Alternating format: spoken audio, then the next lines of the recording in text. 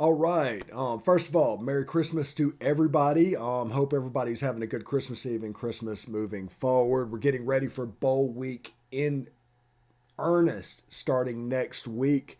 I'm pretty excited about that. This is going to be a Sugar Bowl preview episode of the show. There's a little bit of stuff I'm going to add to it before and after, but we're going to play the Josh Neighbors 17 minutes of Sugar Bowl preview for you today.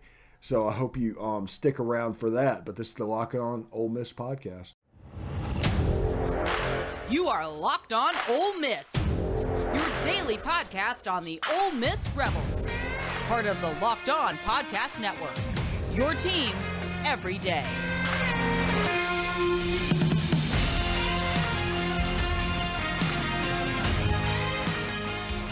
All right, welcome to the show. It is Christmas Eve. It is finally here, basically. I'm pretty excited about that. So, we're going to play the preview with Josh Neighbors for you today. But before we get started, I do want to talk to you. My take for this game is that Ole Miss needs to stop the run well enough to rush the passer. That should be the plan for this game. How that goes is going to determine how this game goes. But stop the run well enough to rush the passer. And if that sounds exactly like my take before the Texas A&M game, it's because it is.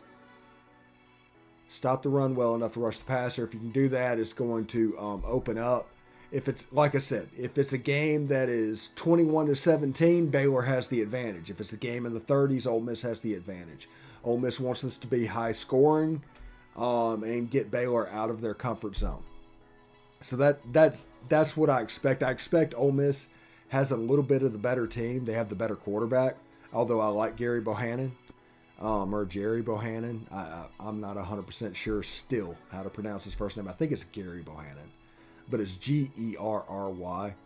And yeah, whatever. But they have a good team. Baylor reminds me a lot of Nick Saban teams when he was at Michigan State. Dave Aranda is a star rising up right now in coaching. Even though he likes to do some regressive type stuff offensively. You look at his offense, it's straight out of 2011 LSU. It's like if Les Miles was running the show.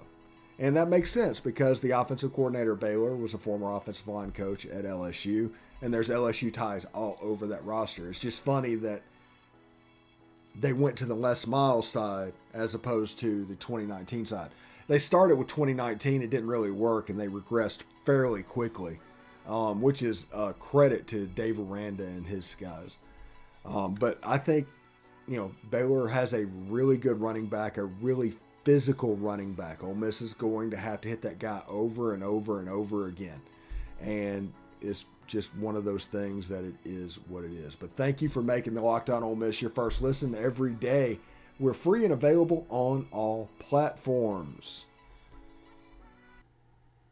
All right, BetOnline has you covered all season with more props, odds, and lines than ever before as football continues its march to the playoffs. BetOnline remains your number one spot for sports action all this season. Head to our new updated desktop or mobile website to sign up today and receive 50% welcome bonus on your first deposit. Just use promo code LOCKEDON to receive your bonus. From basketball, football, NHL, boxing, and UFC to your favorite Vegas casino games, don't wait to take advantage of all the amazing offers available for 2021. BetOnline is the fastest and easiest way to bet all your favorite sports. BetOnline, where the game starts. Hello, everybody. Josh Neighbors here of Locked On Big 12. Stephen Willis of Locked On Rebels. We are going to preview the 2022 Sugar Bowl 2021 season. What happens on the first day of 2022 between Baylor and Ole Miss. This is part of the Ultimate College Football Bowl preview that we're doing here for Locked On. So this is a pretty interesting matchup because this is one of those where each of these teams had really impressive seasons and Nobody feels like they're being snubbed from the college football playoff. Nobody's that concerned about opt-outs. So it's pretty significant, I would say, Stephen, for both programs. Yeah, it's very, very significant. When you look at these schools, but also Ole Miss is the high-flying offensive team, and the Big 12 team is actually the ground and pound, like LSU from 2012 team. So it's a nice stylistic difference between the two teams. I'm expecting a fairly good game. Yeah, it's also interesting. Lane Kiffin has had an affinity for former Baylor assistants, right? I mean, he's had Kendall Briles and Jeff Levy, who were both coaches at Baylor. And obviously, that's a tumultuous time in Baylor's history. But like you mentioned, that's when Baylor was known for that offense, right? The Briles tree, their offense, one of the more innovative and successful, and still successful right now in the college ranks. So I think that's kind of an interesting wrinkle to this matchup too. Yeah, it should be a lot of fun. Like Jeff Levy's actually coaching in the game before he goes to Oklahoma. Right. So that's how personal he is taking that kind of, because he just wants to coach against Baylor, which I found to be fairly interesting. Right. But the weird thing is this, after 5 years, this has kind of become the Lane Kiffin offense. Now they bring the Baylor guys in to install the guts of it, the tempo and things like that to get in the offense. Then he kind of goes away from it, because after year one at Ole Miss, Randy Clements was on the staff then. Joe John Finley was on the staff. They moved on. They were hired outside of the Baylor tree. So I think mainly the Baylor hire is for install purposes, and then kind of Lane does his own thing with the offense.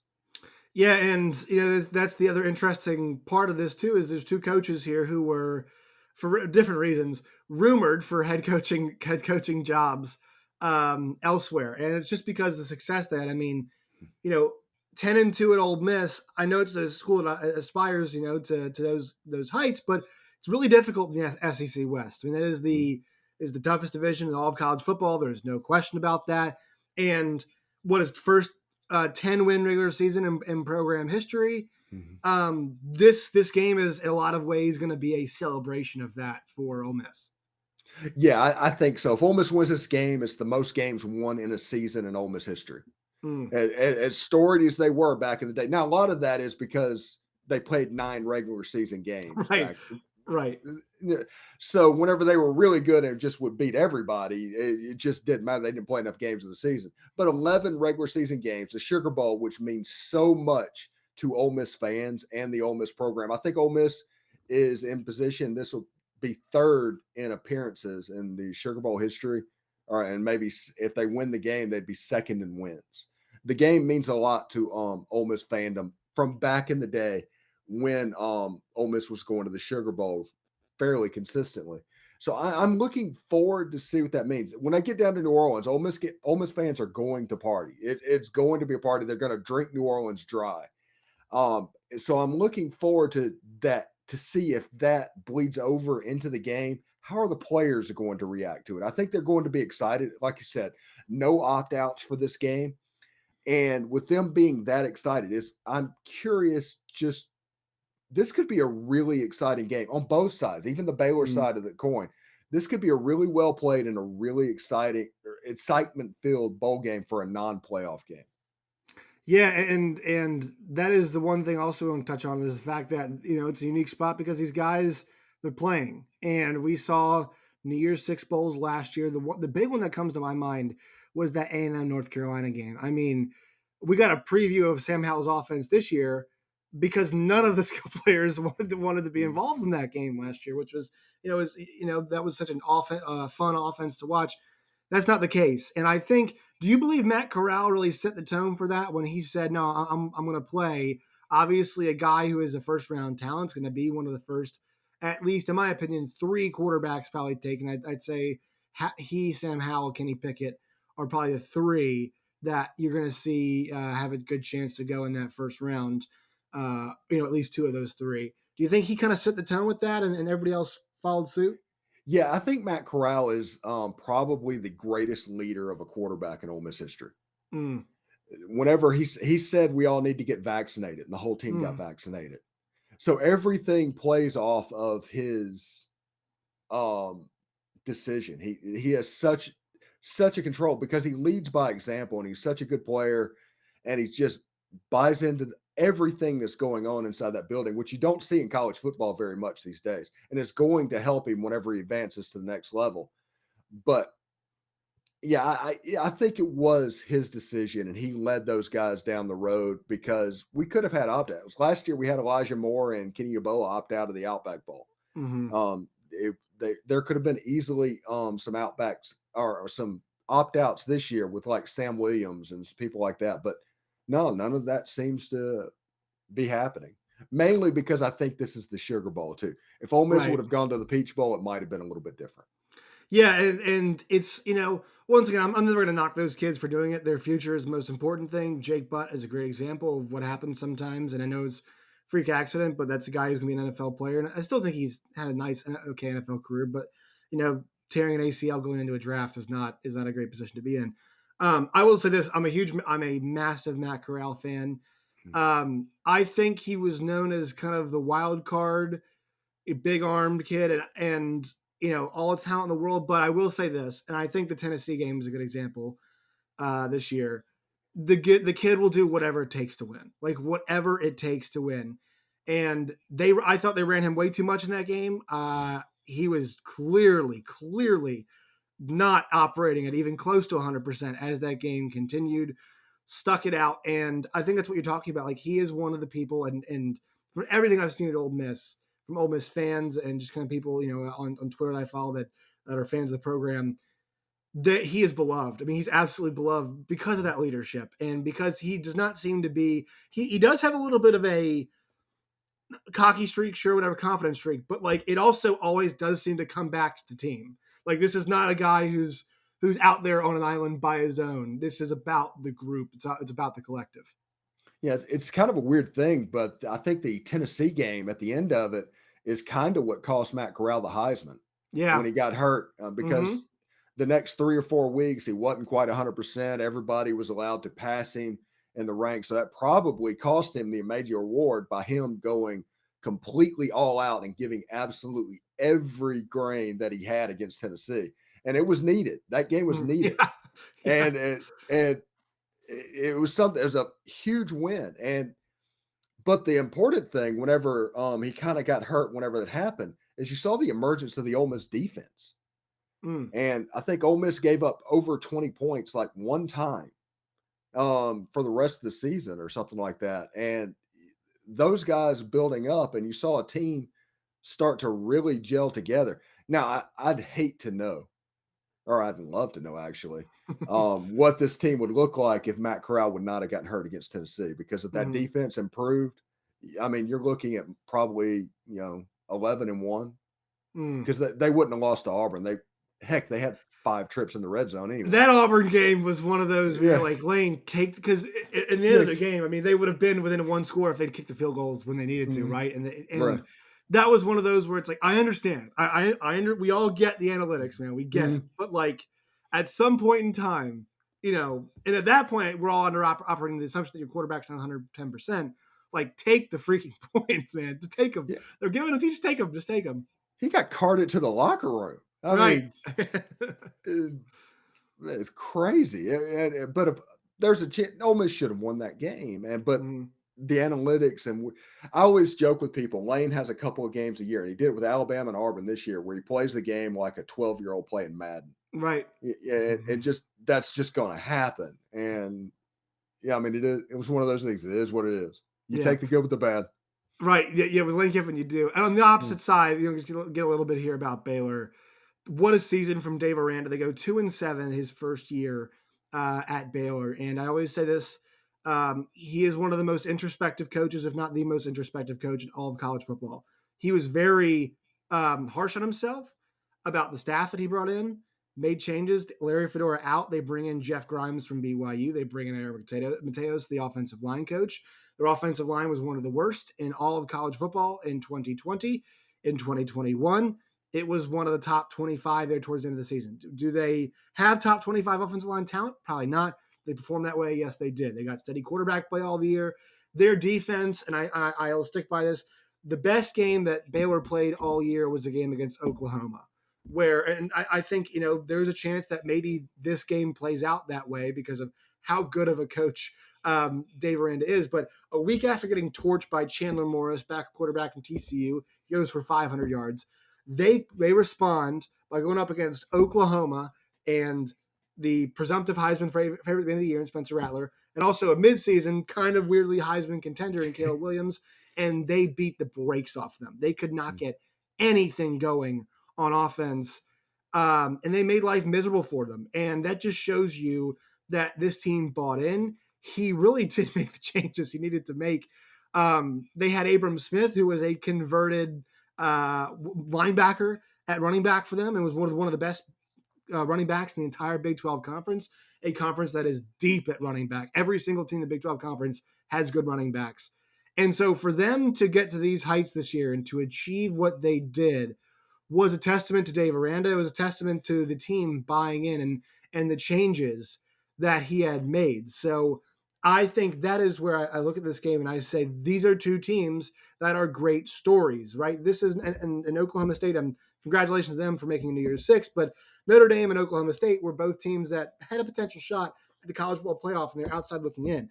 These are two teams right here that really did accomplish, like, they reached about all they could this year. I mean, I know you said, yeah, Ole Miss could go on 11-1, but, kind of in the end, like 10-2, I mean, that is, if you look at the roster and look what they had coming into the season, 10-2 is a maximization of talent for Ole Miss. And I would say, Baylor going, what was it, 11-2, whatever it was, is a maximization of talent for them also. Yeah, like I said, this is one of those games that's going to be a lot of fun because Ole Miss is in the role of the traditional Big 12 team. Baylor's in the role of the traditional SEC team. Right. And I think the offensive line coach from Les Miles, it's kind of like you talked about Dave Aranda. They just kind of leaned into that LSU from 2013 when he first got there and started building that, as opposed to the chaos of trying to create the 2019 LSU team, because I think that's what he was trying to do in 2020 last year. But you can see them just it's really cool. It just really is. I like Dave Aranda. I think he was the heart behind that 2019 LSU team. People don't talk about the defense enough. That defense had to be good enough to win, and they were top 30, and they played awesome towards the back end of the season, and they basically did their job. Like they didn't have to do everything, but he coached a championship level defense, and that's not one of the best defenses that LSU's ever had.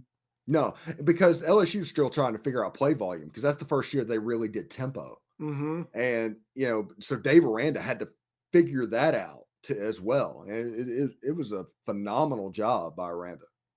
Yeah. And so in this game, Baylor, 1-point favorites. This game is on New Year's Day. I believe it is at 8:45 Eastern time is the start time. So 7:45 for all of you Central folks out there.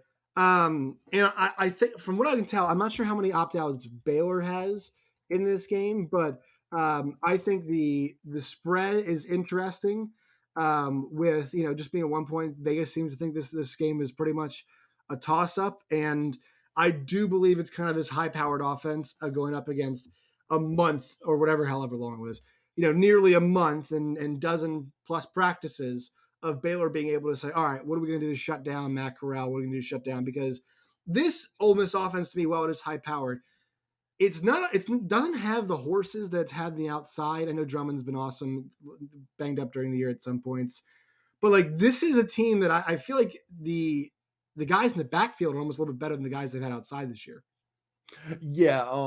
All of the receivers and the tight end got hurt in the middle of the season. Right. I mean, yeah, it was the weirdest thing. So whenever they were all clicking at the beginning, they were all clicking early in the year. And you started to see them come back against Mississippi State at the end of the year. So they'll all be back for the game. Jonathan Mingo is a big piece in that wide receiving group to go with Braylon Sanders and Dontario Drummond.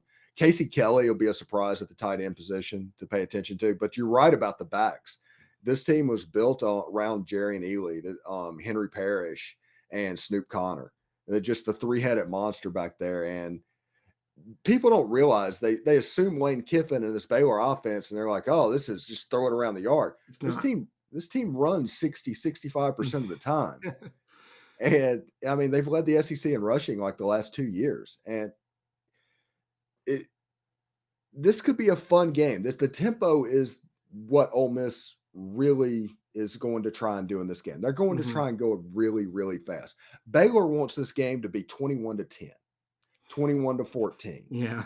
If it gets in the 30s, you start to wonder if Baylor has the horses to actually keep up.